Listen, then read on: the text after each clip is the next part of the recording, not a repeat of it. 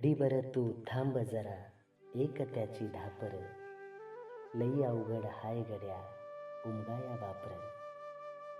बाबा असतो वडासारखा, मातीत घट्ट रुतून कुटुंबाला सावली देणारा, स्वतः ऊन सोसणारा पण लेकराच्या पंखात बळ देणारा, कधी माय होऊन झुला झुलवणारा तर कधी स्वतःच्या वाहना लेकराला देणारा, कुटुंबाचे छत्र होऊन माईची सावली धरणारा, प्रत्येक संकटाला सामोरे जाणारा, मुलांच्या हाकेला धावून येणारा, कुटुंबाला आधार देणारा, आयुष्यभर पिलांसाठी तंग धरून विस्तवावर चालणारा, आयुष्यभर नात्याला सिंचन देणारा, कधी घराची कौले तर कदाच्या भिंती बांधणारा, प्रत्येकाच्या मनामध्ये ज्याचा त्याचा बाबा दडलेला असतो, मनाच्या कप्प्यामध्ये ज्याने त्याने लपविलेला असतो.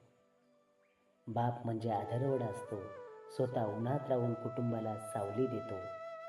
बाप कितीही दमून आला तरी आधी घरच्यांची विचारपूस करतो, स्वतःची नाही पण लेकराची जास्त काळजी घेतो.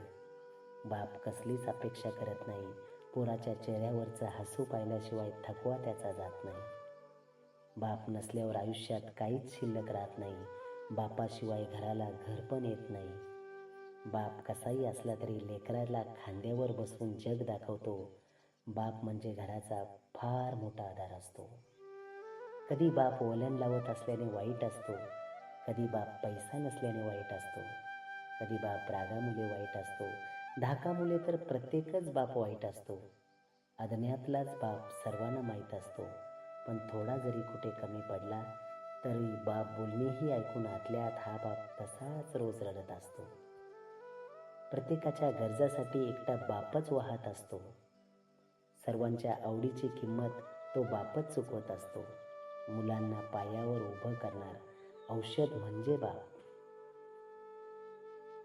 बाप कुठे काय करतो, तो तर काय घराबाहेरच असतो. सकाळी निघतो, धक्के खात कामावर जातो, संध्याकाळी थकून घरी येतो, घरी आल्या आल्या तक्रारी ऐकतो. इतकंच, यात काय विशेष? बाप कुठे काय करतो? शाळेची फीस, घरचा महिन्याचा किराणा, लाईट बिल, फोन बिल सगळं मॅनेज करतो. महिना अखेरीस पाय ओढत घराकडे येतो. घर चालवण्यासाठी वेळ प्रसंगी उधारी करतो, ती कशी तरी फेडतो. पण बाप कुठे काय करतो? मुलांच्या दुखण्या फुकण्यावर अस्वस्थ होतो. कुशीत घेऊन झोपत नसेल पण कदाचित, पण रात्रभर तोही जागा राहतो. म्हाताऱ्यांची, आजारपणाची, हॉस्पिटलची सगळ्या खर्चाची तरतूद करतो. स्वतःची दुखणी मात्र अंगावरच काढतो. पण त्याला कोण विचारतो?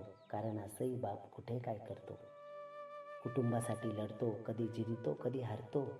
लढाईत झालेल्या जखमांना अलगद लपवतो. कुटुंबासमोर हसतो, पुरुष आहे ना तो, त्याला रडण्याची परवानगी कुठे? सर्व प्रसंग आनंदाने साजरे करून तो मात्र मनातच कुटतो. राव, बाप कुठे काय करतो? भयाव दुनियाच्या वाटावरती बाप एकटाच चालतो. भविष्य सावरण्याच्या लेकराचे बाप हा काट्यावरती वावरतो. काबाड कष्ट करून तो मातीमध्ये स्वतःचा घाम घालतो. सुगंधी मखमल फुलाने तो मुलांचे भविष्य समजावून देतो. गमती जमतीमध्ये, गोष्टीमध्ये तो जिवलग मित्रासारखी साथ देतो. चुकलात जर का तुम्ही एकदा, तुम्हा समजवण्याचा तो पुन्हा बापच होतो. काय लिहू मी कळत नाही. बाबा या व्यक्तीसाठी असे कसे म्हणू शकते कोणी? कोणीही नसते कुणासाठी. जीवन खर्चले बाबाने सारे आपल्या कुटुंबातल्या माणसासाठी. बघितलेच नाही बाबा तुम्हाला कधी जगताना स्वतःसाठी.